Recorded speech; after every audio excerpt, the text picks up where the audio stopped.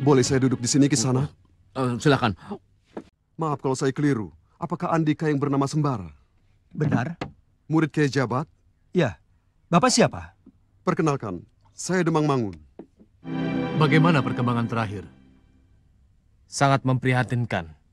Korban jatuh lagi, Kanjeng. Kali ini seorang gadis bernama Warsiti. Mati secara mengenaskan. Innalillahi wa inna ilaihi roji'un. Assalamualaikum. Waalaikumsalam.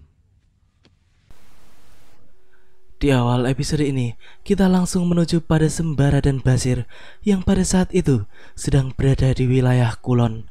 Mereka berdua pun sedang menghadap kepada salah seorang temenggung yang tampak sedang menghadapi masalah besar, yaitu wilayahnya sedang disatroni oleh manusia harimau jadi-jadian yang memangsa para penduduk. Sudah ada beberapa dari warganya yang tewas akibat diterkam harimau tersebut. Salah seorang dari penduduk pun pernah melihat bahwa ada seorang manusia berkepala harimau di kampung mereka. Sang temenggung pun memberitahukan bahwa ia telah mengerahkan ratusan prajurit untuk mencari manusia harimau tersebut. Namun mereka belum menemukannya. Bahkan ia juga telah menghubungi orang-orang sakti seperti Kiai Jabat. Mendengar cerita dari para petinggi tersebut, Basir pun langsung memberitahukan kepada Sembara bahwa pasti harimau jadi-jadian itu adalah Mardian yang sudah lama menghilang. Dengan sok-sokan, Basir pun kemudian angkat bicara dan menjelaskan tentang siapa sebenarnya manusia harimau tersebut dengan nada yang dibuat-buat, seolah-olah ia tahu segalanya, sehingga membuat Sembara sedikit kesal.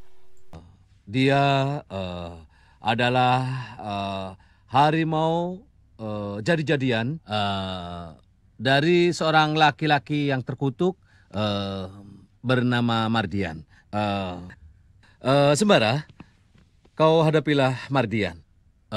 Jika kau ada kesulitan, tanya padaku, ya? Baik.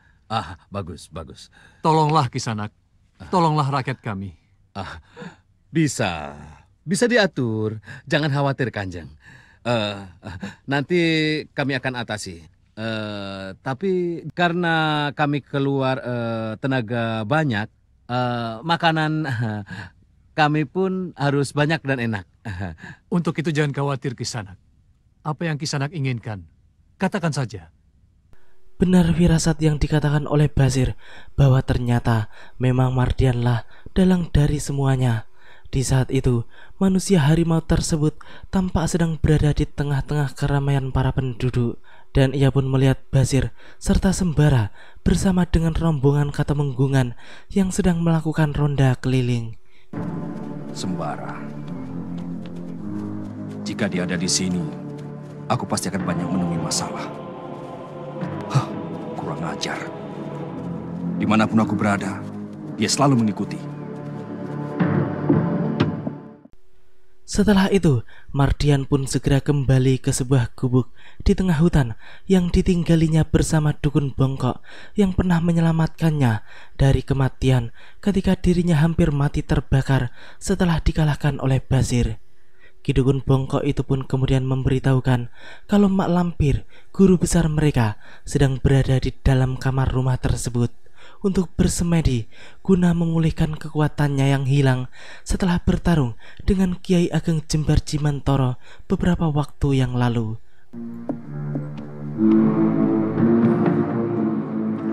Silahkan Kisanak.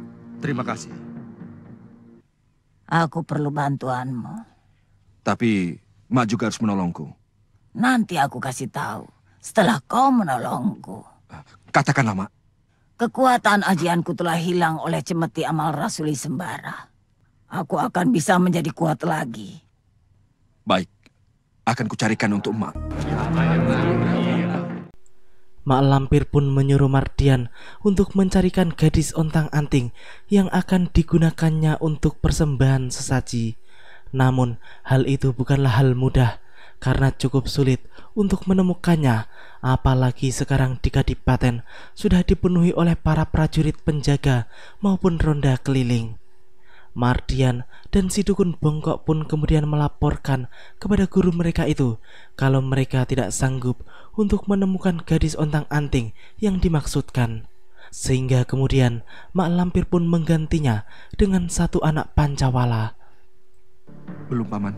Apa itu perjaka Pancawala? Kenapa tidak kau tanyakan? Takut.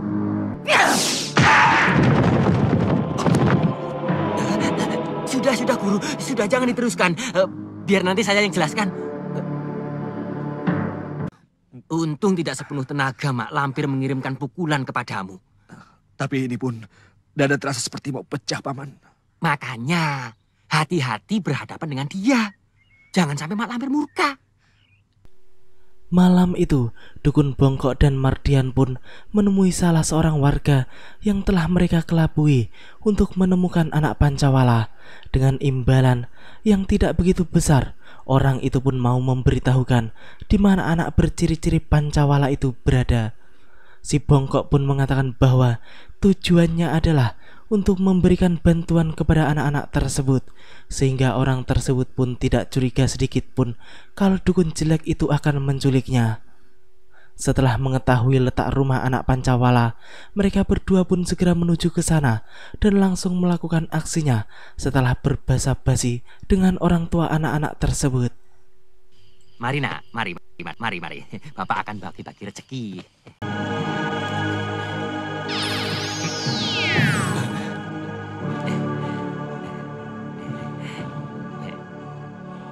Siapa namamu, nak?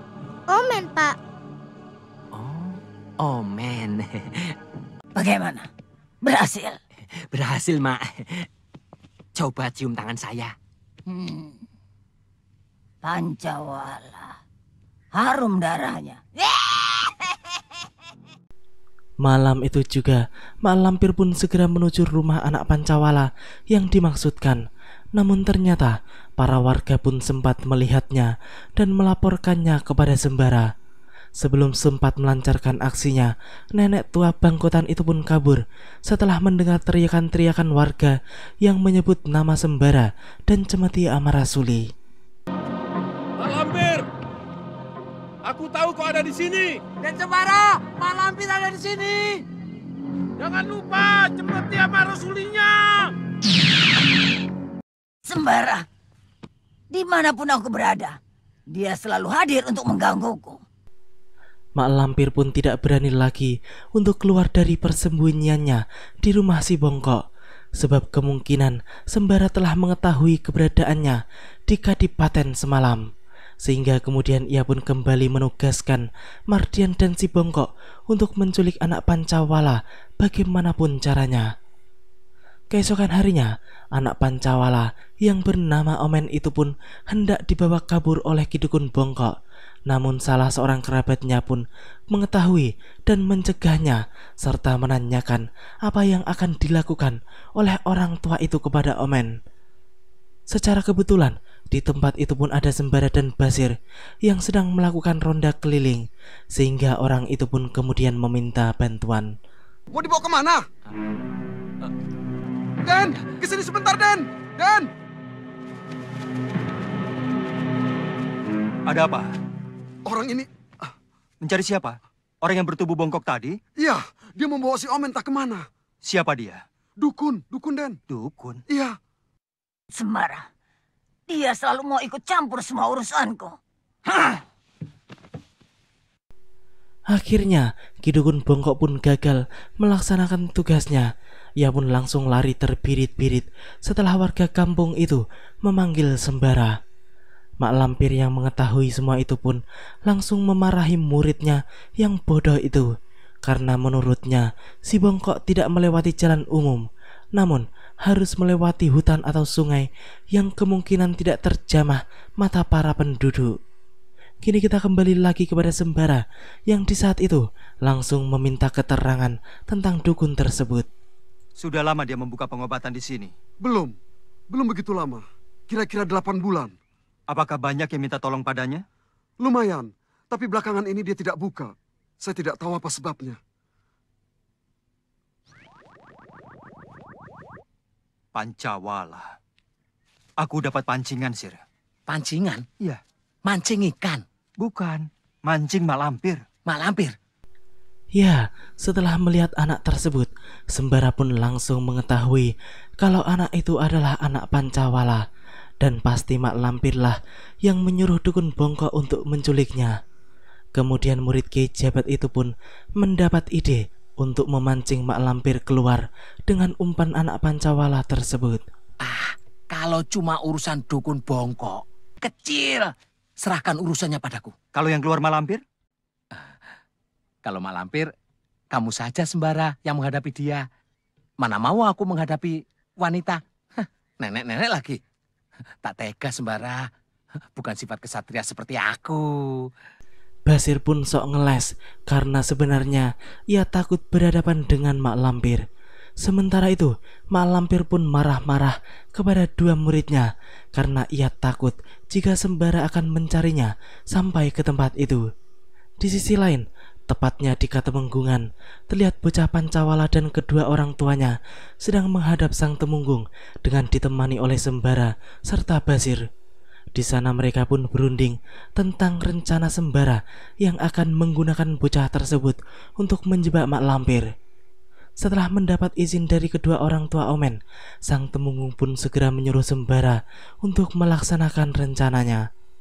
Di hari itu, Ki Dukun Bongkok dan Mardian pun turun ke desa untuk mencari Omen, sedangkan Sembara dan yang lainnya pun mengintai dari tempat yang tersembunyi. Setelah melihat keberadaan Omen, Ki Dukun pun kemudian menyuruh Mardian untuk membujuk anak itu dengan iming-iming uang serta makanan. Siapa yang mau hadiah? Mari kumpul, sini-sini ya. Ayo, sini. Pancingan kita berhasil, Bara. Umpan kita sedang didekati. Iya, tapi kau jangan nongol seperti itu. Si Dukun Bongkok itu pasti sedang mengawasi orang-orang yang berada di sekitar Omen. Tenang saja. Kalau si Bongkok itu macam-macam, biar aku yang beri pelajaran dia. Semilik kita. Kamu mau berapa kepeng? Mau yang banyak. Bilang saja mau yang banyak, men. Kalau mau yang banyak, Omen harus ambil sendiri di rumah Paman. Omen pergi ke sini dengan siapa? Paman. Paman siapa? Paman Kadri. Sekarang di mana? Pulang. Mau ikut Paman mengambil kepeng yang banyak untuk Omen? Hah? Aku mau mengambil di rumah Paman. Omen berani? Bilang berani saja, men. Karena nanti pasti kasih kepeng yang banyak. Teman-teman Omen pun membujuknya untuk mau ikut ke rumah Mardian, sehingga anak itu pun kemudian mau untuk mengikuti Mardian ke rumahnya. Setelah mereka berjalan pergi, si Bongkok pun segera mengikutinya dari belakang. Sedangkan Sembara dan yang lainnya pun sudah mengetahui kalau kemungkinan besar Mardian menuju markas mak lampir. Mereka pun segera mengikutinya dari jarak yang cukup jauh supaya tidak diketahui oleh kedua orang itu. Selama di perjalanan, Dukun Bongkok pun memuji-muji Mardian yang berhasil melaksanakan tugasnya dengan mudah. Ia pun sudah membayangkan betapa senangnya mak lampir atas keberhasilan mereka itu. Namun semuanya moksa ketika tiba-tiba saja Omen telah berpindah tangan karena direbut oleh Kalak Gondang yang baru pertama kali ini muncul. Babu. Aku berhasil mendapatkan tumbal berdarah Pancawala. Aku tahu siapa kau, Kalak Gondang. Aku pun tahu siapa kau, Bongkok. Kau muridnya si Lampir. Kenalkan, aku ini Raja. Raja di Raja.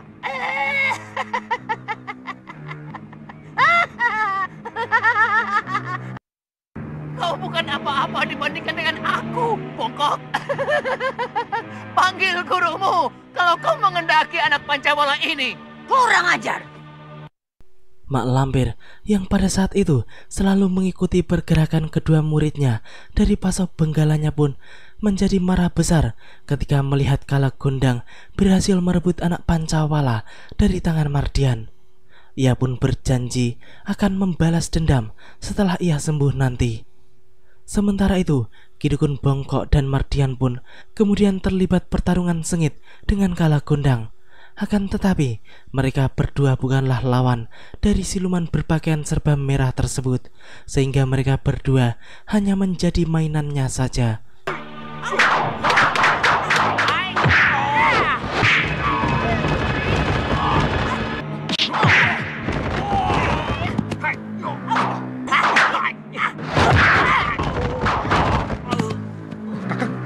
Tidak apa-apa. Cer, kau pulang dulu dengan Kadri ke Tumenggungan. Laporkan kejadian ini pada Kanjeng Tumenggung. Kamu sendiri? Melihat gelagatnya, Mardian dan si Bongkok tidak akan kuat melawan Kalagondang. Kalagondang pasti akan membawa Omen ke sarangnya. Benar sekali apa yang dikatakan Sembara, karena memang rencana Kalagondang adalah membawa Omen ke sarangnya yang Sembara sendiri belum tahu di mana letaknya. Murid Kiai Jabat itu pun tahu kalau sebentar lagi dua murid Mak Lampir itu akan dibuat tak berdaya oleh Kalagondang. Sedangkan dirinya sendiri belum mau keluar karena masih menunggu kalau Mak Lampir tiba-tiba muncul. Sementara itu, pertarungan Kalagondang pun sudah mencapai puncaknya, di mana Ki Dukun Bongkok mencoba untuk mengeluarkan ilmu pamungkasnya guna mengalahkan lawannya.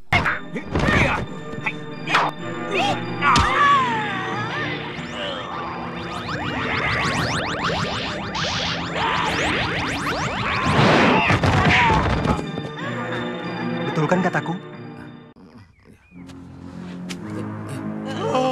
Tolong, Guru. Tolong, Guru. Tolong, Guru. Kami di lembah berpohon, Guru. Panggil gurumu. Mana si Lampir? Panglima Kumbang. Panglima Kumbang. Sembara pun kemudian memanggil Panglima Kumbang untuk membantunya supaya ia bisa mengikuti Kalagondang ke sarangnya. Panglima siluman harimau yang terbang membawanya itu pun tidak sulit untuk menemukan jejak Kalagondang karena ia memiliki naluri yang kuat. Akan tetapi mereka tidak mengetahui kalau sedang diikuti oleh Rindi Antika yang kebetulan melihat Sembara berada di punggung sang Panglima. Putri Wak Bayau itu pun kemudian mengikuti keduanya karena ia sangat penasaran apa yang akan mereka lakukan dan kemana tujuan keduanya. Tak lama kemudian, Panglima Kumbang pun membawa Sembara turun karena mereka telah sampai di wilayah markas Kalagondang. Tempat apa ini, Panglima? Istana Siluman Serigala. Disitulah pintu masuknya.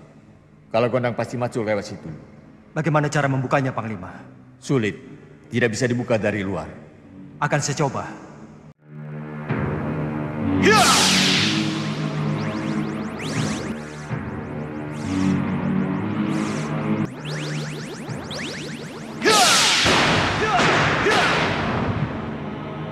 Sia-sia saja, Pangeran. Kita tak akan bisa masuk kalau tak sedang terbuka. Tapi saya harus masuk, Panglima. Lepaskan! Lepaskan! Aku harus menyelamatkan Omen! Lepaskan, Panglima! Panglima Kumbang yang merasa ada getaran kehadiran Mak Lampir pun kemudian langsung membawa Sembara pergi dari tempat tersebut. Pemuda itu pun berteriak-teriak meminta untuk dilepaskan sebab ia tidak mengetahui apa penyebab sahabatnya itu membawanya pergi secara tiba-tiba. Kejadian itu pun kemudian membuat Rindi Antika yang sedari tadi mengikuti mereka berdua menjadi salah paham sebab ia mengira bahwa Panglima adalah orang yang jahat yang hendak mencelakai Sembara. Maka tanpa basa-basi, ia pun kemudian cepat-cepat merebut pemuda itu dari tangan Panglima Kumbang. Rindi, bukan begitu maksudku. Yang kau lawan itu bukan musuh. Dia sahabatku. Sahabat? Maafkan aku, Kisanak. Aku bersalah besar padamu. Silahkan kalau mau balas. Aku siap menerima hukuman. Apakah Andika Rindi Antika? Benar. Putri Wak Bayau dari atas angin? Benar. Andika mengenal aku dan ibuku? Siapakah Andika sebenarnya? Aku adalah sahabat ayahmu. Sejak pertama kali aku melihat Andika, aku sudah menduga kau adalah anakku. Anak? Iya. Ternyata Panglima Kumbang telah mengenal Rindi Antika sebagai Putri Wak Bayau, penguasa istana atas angin. Panglima Kumbang pun kemudian menceritakan secara singkat tentang hubungannya dengan keluarga gadis tersebut.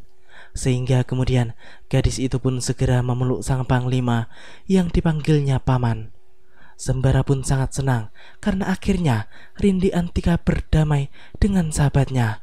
Ia pun kemudian mempertanyakan mengapa Rindi Antika tiba-tiba menyerang Panglima Kumbang.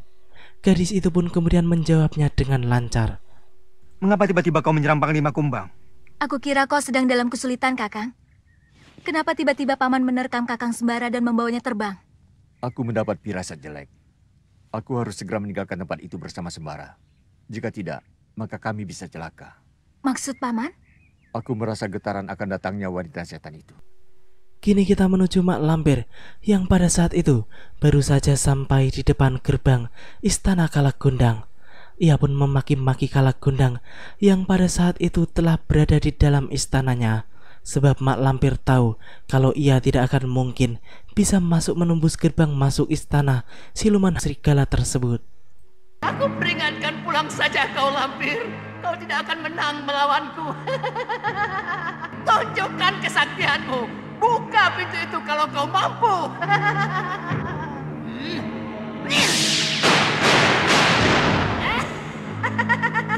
Hanya itu kesaktianmu, Lampir. Dengan patung ciptaanku saja kau sudah bertekuk lutut. Ayo keluar. Beranimu cuma di dalam persembunyian saja. Baik, aku akan menyerang. Jangan banyak omong. Mana seranganmu? Terima ini. Kau bukan lawanku, Lampir. Luar biasa, Istana Kalagondang memang sangat sulit untuk ditembus oleh siapapun. Entah kekuatan apa yang melindunginya hingga bisa sekuat seperti dinding baja yang berlapis-lapis. Ratu Kegelapan itu pun kemudian segera pergi dari tempat tersebut karena ia tahu kalau percuma saja ia menguras ilmunya di tempat itu.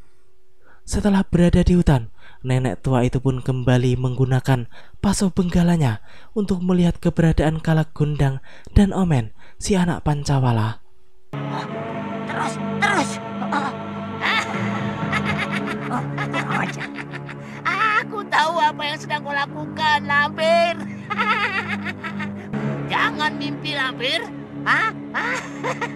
Kesaktianmu tidak ada apa-apanya bagiku. Sombong. Mulut busukmu hanya bisa omong besar. Kau ingin bukti, Lampir? Baik. Bersiaplah.